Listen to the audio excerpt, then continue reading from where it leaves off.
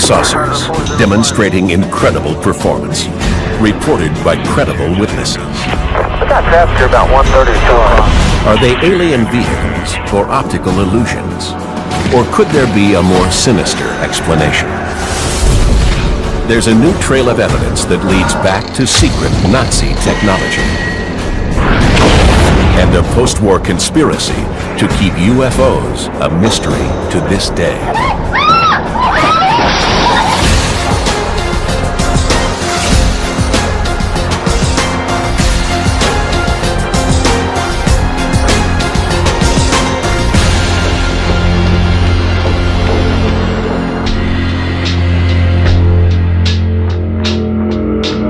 The National UFO Reporting Center reports 400 new UFO witness sightings every month.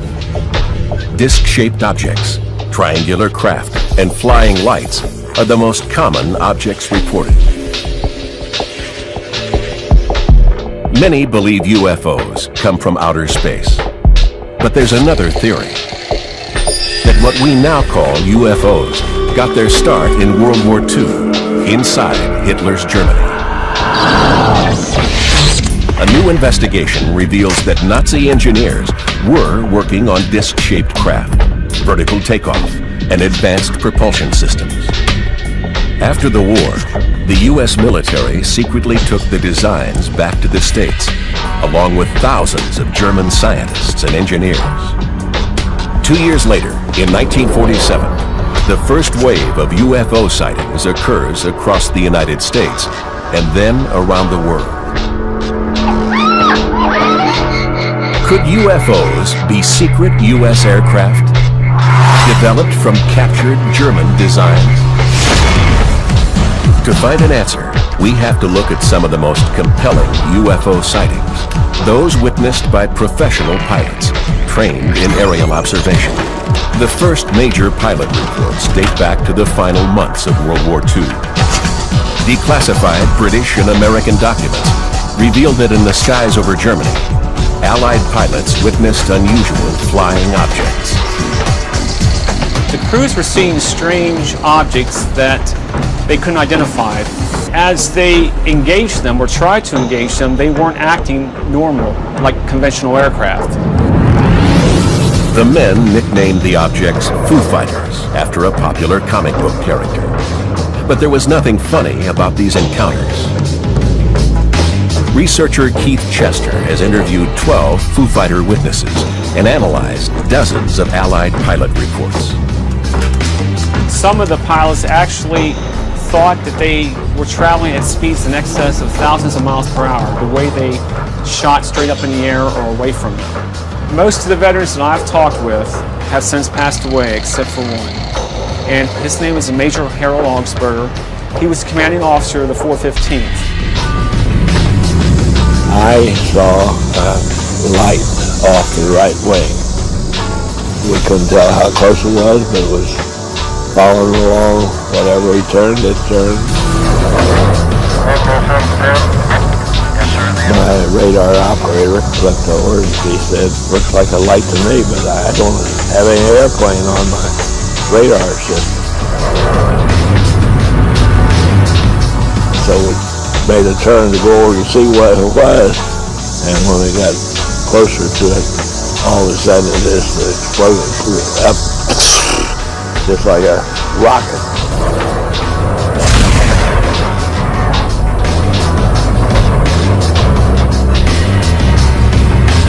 At first, the crews keep quiet about the sightings. It was a real secret thing. Nobody talks about it at all. The Foo Fighter reports make their way up the U.S. Army chain of command. Many assume they are German secret weapons. Some scientists from Washington, D.C. showed up in France to the unit to investigate what this was. And they had no answers, and they told the men just to keep it quiet. Reports soon leak out, and major newspapers print stories about the mysterious objects. Fireballs are chasing American bombers. The Allies have good reason to fear any new German weapons. Advanced V-1 and V-2 rockets are already raining down on England. Nazi jet fighters are shooting down Allied bombers, and Hitler speaks about new wonder weapons that he is developing to win the war for Germany. If the Foo Fighters chasing Allied airplanes are Nazi secret weapons, they would be coming from secret German facilities 20,000 feet below, in a series of top-secret Nazi bunkers. Since the summer of 1944, the German war machine had been moving underground to escape heavy Allied bombing. Across Poland, Austria, and Czechoslovakia, vast complexes were dug out by slave labor. These facilities housed munitions factories and jet engine plants. They also hid the work of Hitler's scientists, men ordered by Hitler to build him a war-winning weapon. Hans von Oheim's revolutionary jet engines propelled fighters through the skies. The Horten brothers built space-age flying wings. Alexander Lippisch worked on vertical takeoff craft. At Peenemünde, legendary rocket engineer Wernher von Braun built the first ballistic missiles. And most radical of all, men like Victor Schauberger explored new sources of propulsion. It boggles the mind to try to grasp what these guys were thinking, because it is so totally alien. And that allowed them to go into areas that are completely beyond the Western paradigm, beyond what Western science says. This is what science is. And the Nazis said, yeah, this is what science is. This huge operation was under the command of SS General Dr. Hans Kammler. An engineer by trade, Kammler redesigned the ovens at Auschwitz for greater efficiency. In 1943, he led the destruction of the Warsaw Ghetto. And then in 1944, he took command of the entire Nazi secret weapons program. Working out of the Skoda factory in Pilsen, Czechoslovakia, Kammler and a hand-picked think tank brainstormed and approved advanced weapons designs. Some were so radical, only a handful of people knew the full details. The Germans worked on various, I would say, unconventional aerial systems or weapons to build some objects that were more or less circular. Vertical takeoff and landing crafts, for example. Vertical takeoff was a top priority for Kammler's team. Germany's runways were being bombed out of existence. They needed a warbird that wasn't reliant on 800 feet of tarmac. One project had that potential. Die Glocke, the bell. Igor Witkowski is a Polish aerospace historian. He has researched the bell for over 20 years. His investigations have concluded that the device was tested in an underground facility called the Wenceslas mine.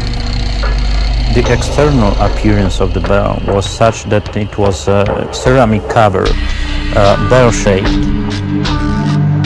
which housed a kind of a core or axis around which rotated two cylinders around the same axis in opposite directions. And after connecting to high voltage current, the cylinders started spinning in opposite directions. Witkowski thinks the Germans were trying to create an electrically charged vortex. Just like a tornado, this suction could conceivably lift objects vertically. Everything suggests mathematical calculations, for example, that it could have been an effective way to master gravity. Were the Nazis on the verge of a major propulsion breakthrough? In April 1945, the Allies had nearly overrun Hitler's forces, and it was time for the scientists and engineers to get out of Germany. The question was, where would they go, and what would happen to their designs? Could a UFO crash 20 years later in Pennsylvania provide an answer?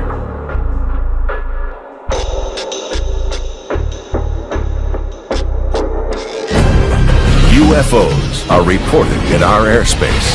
When I got over the village, and it was gone out of sight. Are UFOs alien vehicles, or is there a more terrestrial explanation? Captured documents reveal that during World War II, the Nazis worked on radical aviation designs and vertical takeoff. One project, the Bell, may have shown promise. At the end of the war, it vanished. 20 years later, an unusual event occurs in Pennsylvania. December 9, 1965, 4:30 p.m. Eyewitnesses report a UFO crash in a wooded area just outside Kecksburg, Pennsylvania.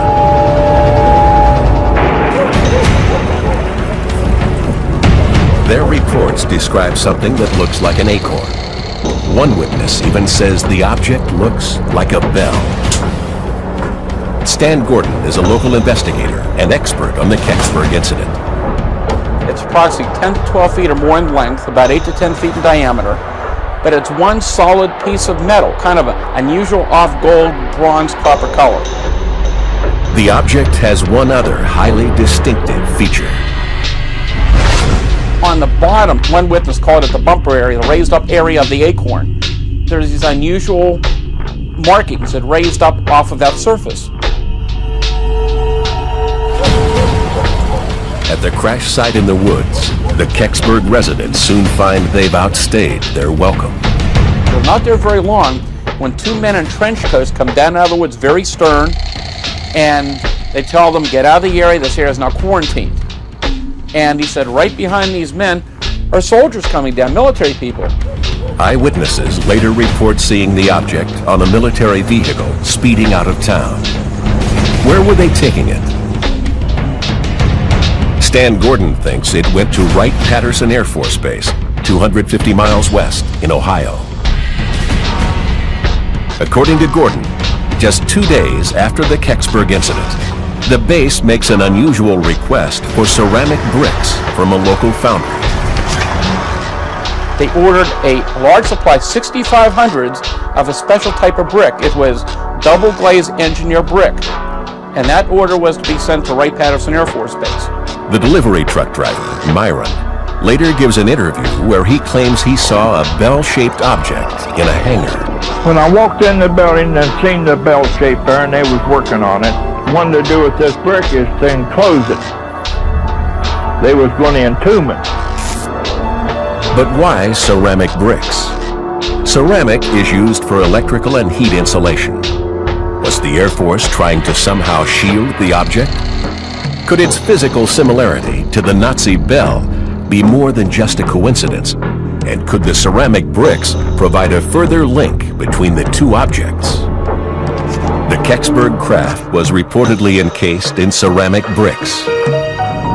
According to Polish aerospace journalist Igor Witkowski, the Nazi bell was also shielded by a ceramic casing. Witkowski thinks the bell was tested here, at a mysterious structure in Poland called the henge. The henge itself stands in a pool of water, and the pool itself was covered with ceramic tiles. The Nazi bell had another reported feature: distinctive markings. The Nazis had this bizarre religious science, which included a lot of occultism, and they used occult symbols, and the bell was supposedly covered in occult symbols. The raised up area of the acorn. There's these unusual markings. The evidence is compelling but circumstantial. Both the bell and the Kecksburg craft needed ceramic. Physically, they appear similar, and both display unusual symbols. The question is, if the Kecksburg object was a Nazi bell, how did it end up in America 20 years later?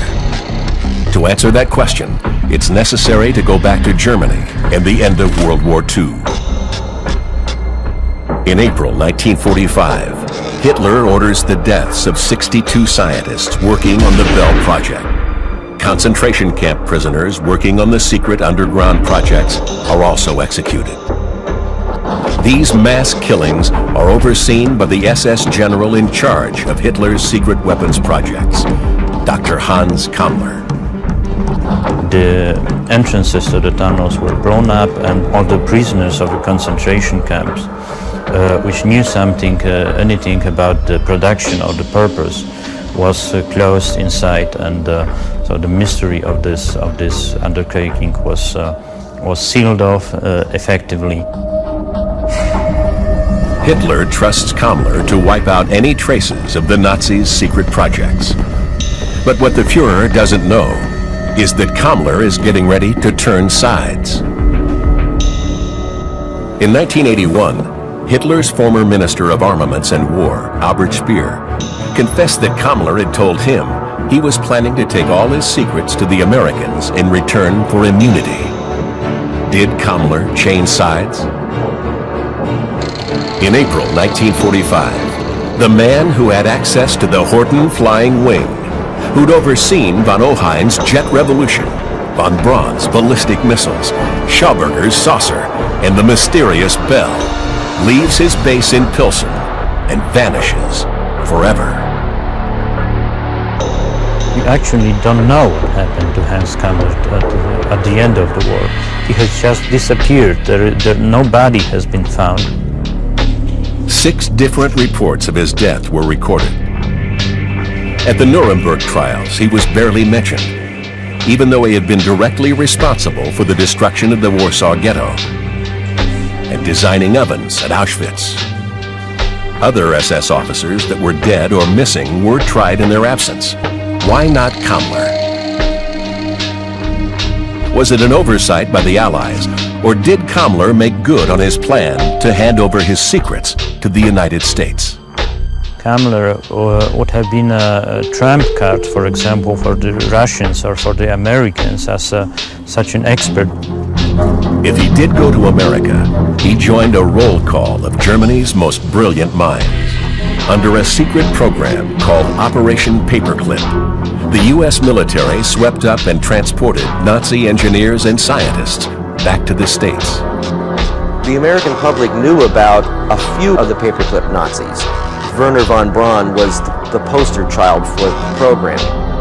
Most people who had heard of Project Paperclip or bringing the Nazi scientists to the U.S. Figured it was only a few hundred of them. Declassified documents held at the National Archives indicate the actual number of scientists was in the thousands. Von Ohain, Germany's jet pioneer, went to Wright-Patterson Air Force Base. Alexander Lippisch, an expert in vertical takeoff, went to White Sands, New Mexico. With them came prototypes, like the Horten brothers' flying wing, and a mountain of documents. By 1946, Nazi Germany had been stripped bare. 1 year later, with Nazi scientists settled all over America, the first wave of UFO sightings begins. Do you think that looks about like what it was, Jay? It's about what we saw right there. Is it a coincidence? Or does a closer investigation of the most famous UFO sighting at Roswell, New Mexico, reveal a new and very dark secret?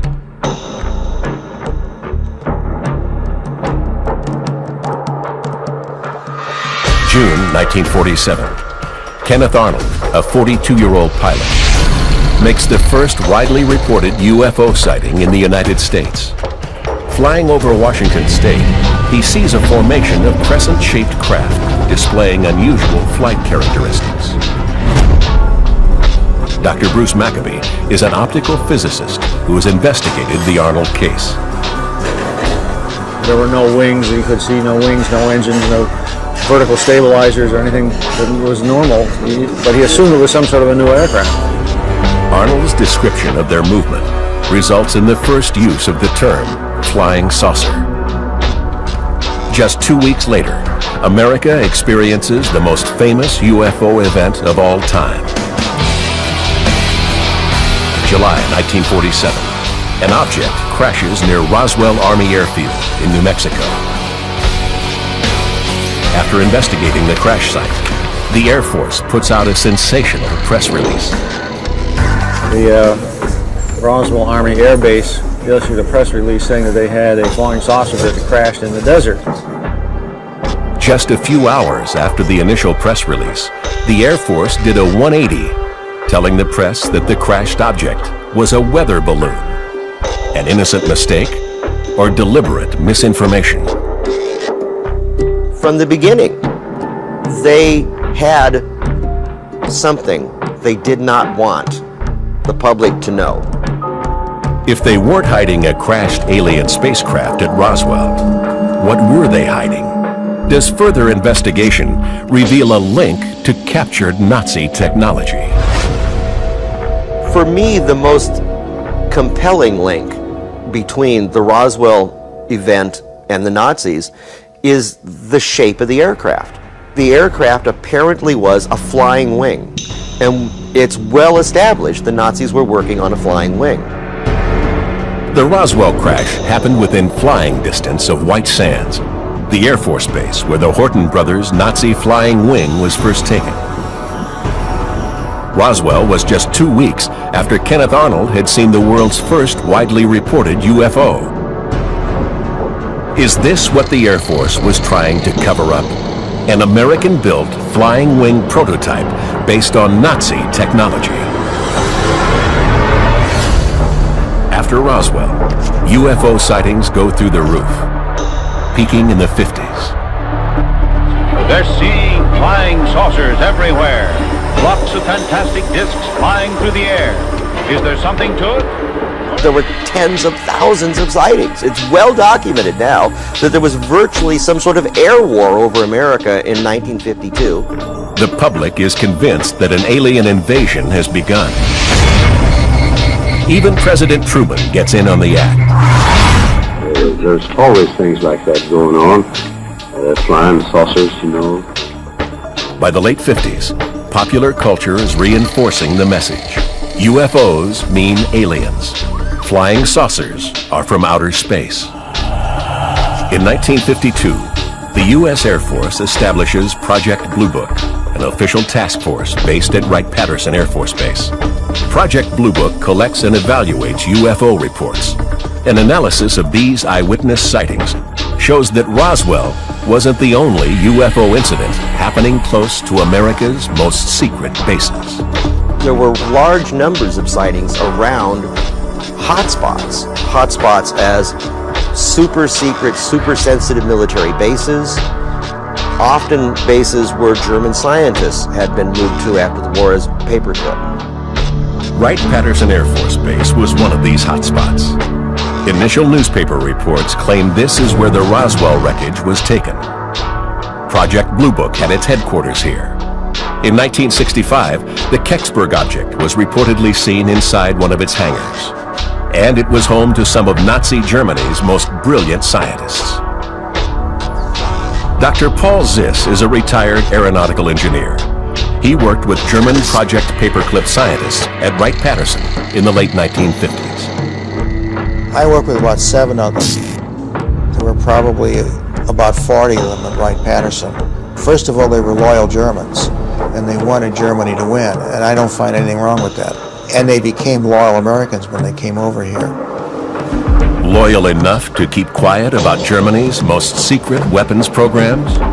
What did the Project Paperclip scientists know about radical gravity theories and flying saucers? Paul Ziss's boss, Dr. Wilhelm Nachstedt, knew something. Doc would say there were some guys who had some wild ideas about levitating things, but he was not really interested in it. But the U.S. military was. In the late 1950s, top-secret testing began at Wright-Patterson on a disc-shaped or lenticular aircraft. They may have found something in Germany that had a lenticular shape that they were trying to reproduce. The U.S. Air Force's first acknowledged flying saucer program is about to take off.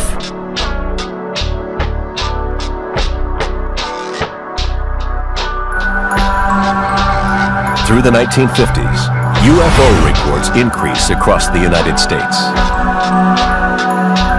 Were these UFOs alien vehicles from another planet? Or is there a human explanation?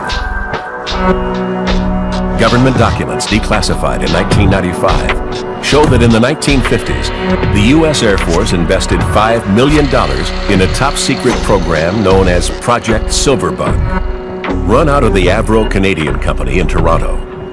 The project centered on a radical new craft, the Avro car. Bill Zook is a Canadian aviation historian. The Avro car was a proof-of-concept vehicle. It was intended to show the way that a design of a complete flying disc would work. Declassified Silverbug documents project a top speed of Mach 3 and a maximum ceiling of 80,000 feet.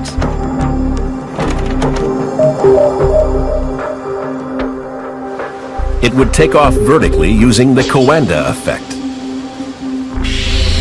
In the 1930s, Henry Coanda showed that a flow of air around a curved surface will follow the contour to create lift.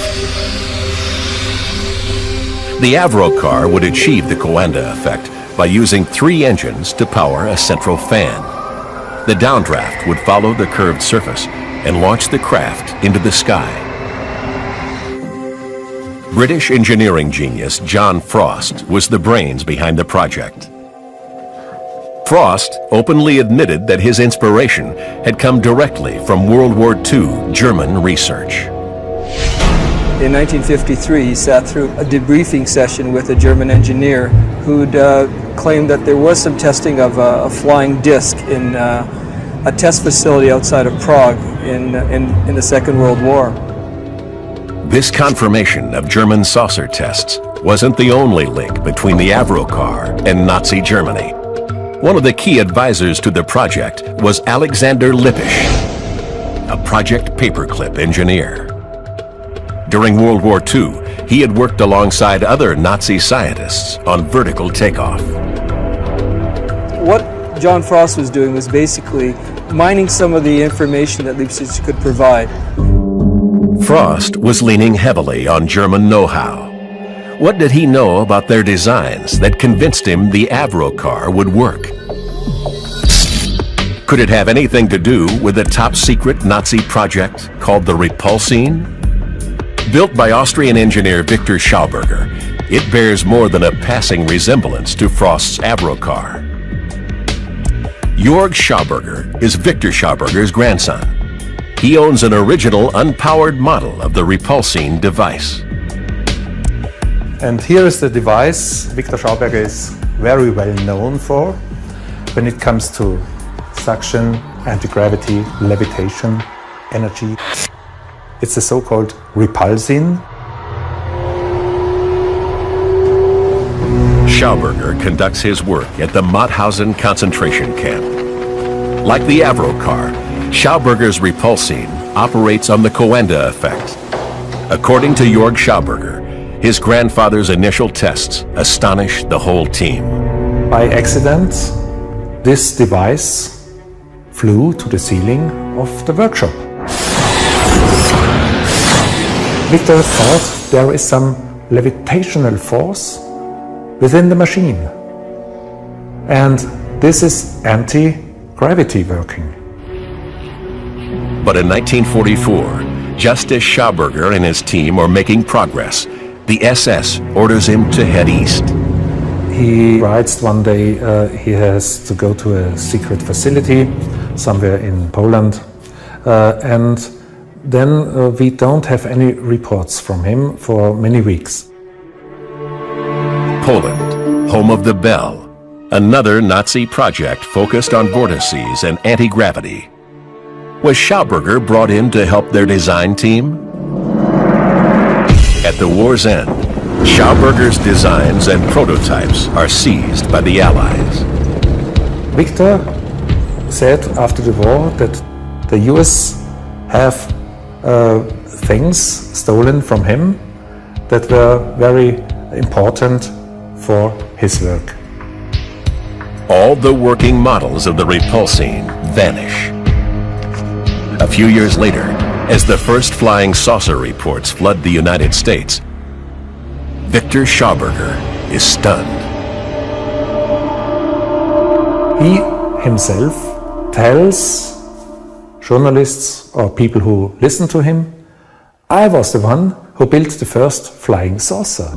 So maybe I am the father of the UFOs. Are Victor Schauberger's confiscated designs helping the U.S. build flying saucers? If so, they don't appear to help John Frost. There's nothing stunning about the results of Project Silverbug. In tests, the Avro car proves it can take off vertically, but its performance is limited by a lack of power. In order to actually get off the ground, it had to be powered almost to full thrust. And that would just be enough to rise it into the air at about 3 feet height. And that altitude, then it could be pushed forward to about the speed of a moving car, maybe 60 kilometers an hour. Frost proved the aerodynamic theories of disk flight could work. What he lacked was more time and money to find the power the craft needed. In 1961, the Air Force canceled Project Silverbug, and all rights to the Avro car reverted to the Department of Defense.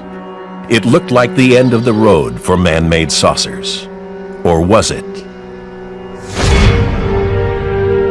Just 4 years later, in 1965, a bell-shaped object crashes in Kecksburg, Pennsylvania. The U.S. military and government agencies are immediately on the scene. Eyewitnesses report that the craft is rushed to Wright-Patterson Air Force Base, the same place the Avro car was being tested just years before. Was the Kecksburg crash part of a secret U.S. project to continue development on flying saucers? Did it crash because, like the Avro car, it was underpowered and unstable? If the U.S. military was conducting tests with working flying saucers, they would have to be kept hidden. People would have to be silenced.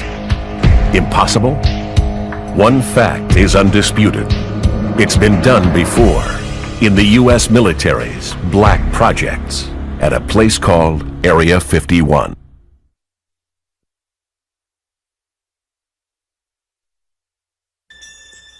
The investigation into a Nazi UFO conspiracy raises as many new questions as answers. Secret Project Silverbug documents, declassified in 1995, show the U.S. Air Force invested in the development of a supersonic, high-altitude flying saucer. The design is influenced by Second World War German designs and aeronautical engineers. But the Avro car, the version of the saucer made public, doesn't achieve its original design specifications. In 1961, the project is canceled. 5 years later, a UFO crashes in Kecksburg, Pennsylvania. The U.S. military restricts all access to the scene. Eyewitness statements suggest that the object they recover is remarkably similar to a Nazi craft called the Bell. Did the U.S. military cover up a continuing saucer program based on captured Nazi technology? And if so, could the U.S. government keep it secret to this day? It would never surprise me at all if a program back in the 1950s or the 1960s was still so secret that its existence wasn't even hinted at. If the Air Force did continue their saucer program, there is a place they could hide it. Groom Lake in the Nevada desert, also known as Area 51. The U.S. Air Force's legendary testing range for top-secret aviation prototypes. Covering over 2,000 square miles, it's remote, desolate, and very well protected. If you get too near Area 51, you're going to see signs, and at the bottom they say in red these very ominous words, use of deadly force authorized. Bill Sweetman knows Area 51. As a former aviation journalist for Jane's Defense magazine, he spent his life investigating black projects. These projects are funded by Congress, but the Department of Defense does not acknowledge their existence. What that means is that the existence of the program itself is a secret. Its function, its purpose, its existence itself is not disclosed. conservative estimate is that across the services and the intelligence community, we're looking at least $40 to $45 billion per year. The secrecy surrounding Area 51 and the restrictions on employees maintain a wall of silence. People who work in those programs are genuinely fearful that if they do become indiscreet, that they will be looking at a very long period of jail time at the very best. Fear by silence. In 1975, work begins on the Super Black Stealth program, the development of fighters invisible to enemy radar. The project management is run out of a secure facility at Wright-Patterson Air Force Base. Test flying is carried out at night. Even the commander of Wright-Patterson didn't know what was going on. For 13 years, the project was kept secret until 1988, when the world got its first look at the incredible F-117. Then came the blackest project of them all, the Northrop B-2 stealth bomber. Jack Northrop had long been fascinated with the idea of a flying wing, realizing the best way to reduce drag was to remove the tail and fuselage. Nazi engineers had proved it was possible in a jet with the Horten H-9. There was actually one example of that aircraft which never flew but survived and was captured by the US, and it was stored at Wright-Patterson Air Force Base. When the B-2 bomber was first revealed to the public in 1988, it bore a striking resemblance to the German H-9 flying wing and Kenneth Arnold's famous UFO sighting. Were they all part of a 50-year design process? A design process that resulted in man-made craft the public could easily mistake for UFOs? What's certain is that if these experimental craft were seen or crashed, you'd need to disinform the public immediately. That meant telling people that they weren't seeing top-secret US planes. That meant suggesting these sightings were extraterrestrial, alien, from another planet. The Air Force consciously manipulated the UFO myth in order to provide cover for the black programs that it was developing. In 1997, the CIA admitted an active involvement in UFO disinformation. Every time you start talking about Area 51, somebody starts talking about UFOs and small grey aliens.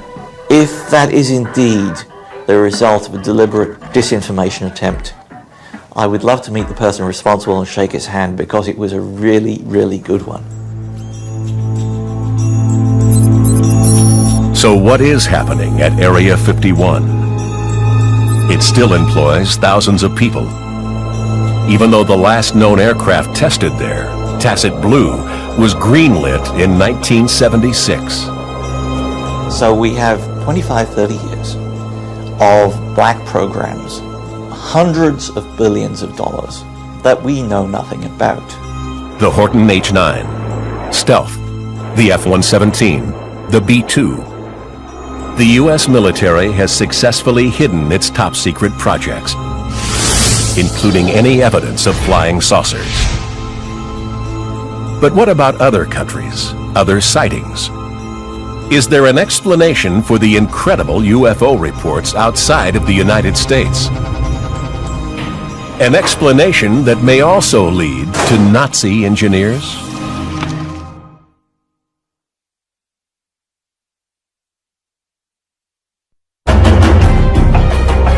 Of all the conspiracies surrounding Nazi UFOs, the most controversial is the idea that some Nazis escaped the fall of Germany along with advanced saucer prototypes. Evidence clearly shows that a number of prominent SS officers did escape the Allies and went underground. In extreme southern Latin America, particularly Argentina, Uruguay, Paraguay, there are to this day huge German reservations. One man who never surfaced again was General Hans Kammler, the head of Germany's World War II secret weapons program. If anyone knew the truth about saucer technology, it was him. On April 17, 1945, Kammler sent his last telegram. In it, he refuses a request from the head of the SS, Heinrich Himmler, for a Junkers truck. Why would Himmler want a truck? Why would Kammler turn his boss down? Some experts believe truck was the code name for the massive six-engined Ju-390, a plane capable of flying 6,000 miles non-stop. Only 2 were built, and Kammler had one. After the war, his Ju-390 was never found. Did Kammler use this massive transporter to escape? If he did, where was he going, and what was he taking? In 1945, a sudden surge of UFO sightings occurred in South America. Had the Nazi engineers found a new base? There were thousands of sightings in the years immediately following the war, much more so than in North America, which indicates the possibility that the Nazis flew to South America and continued operating their craft from their bases there. The president of Argentina, Juan Perón, approved 1,000 passports for Nazi scientists and engineers. War criminals Klaus Barbie and Adolf Eichmann were both traced to South America. Reimer Horten, Nazi flying wing pioneer, moved to Argentina in 1948. Ever since, the trail of UFO sightings has grown throughout South America, just as it has in the United States. The Nazi UFO conspiracy is complex, compelling, and circumstantial. In 1944, Allied pilots see UFOs over Germany. Deep underground, the Nazis are building top-secret airframes and propulsion systems. At the war's end, the SS general in charge vanishes without a trace. His scientists, their research, and prototypes are captured by the U.S. military and shipped to the States. 2 years later, the first wave of UFO sightings occurs across America. Are these in fact U.S. prototypes of a captured Nazi H-9 flying wing? In the late 50s, the U.S. Air Force funds the Avro car, a flying saucer that looked like a Nazi secret project called the Repulsine. And in 1965, a UFO crashes in Kecksburg, Pennsylvania. It is reportedly bell-shaped and covered with distinctive markings, just like a radical Nazi device that may have been built at the end of the war. It's a trail of evidence that leads right to the very heart of the UFO conspiracy. Did the Nazis build successful saucer prototypes? Did the U.S. government and other nations develop them in secret? Are all these sightings human-engineered craft? Will governments or the military ever reveal the truth behind the presence of UFOs in our airspace? It would be a major blow against the credibility of the U.S. government to suddenly have to admit that flying saucers are real. People often ask me, well, when do you think the government is going to own up to the fact? And I say, I don't think it ever will. The Nazi UFO conspiracy continues.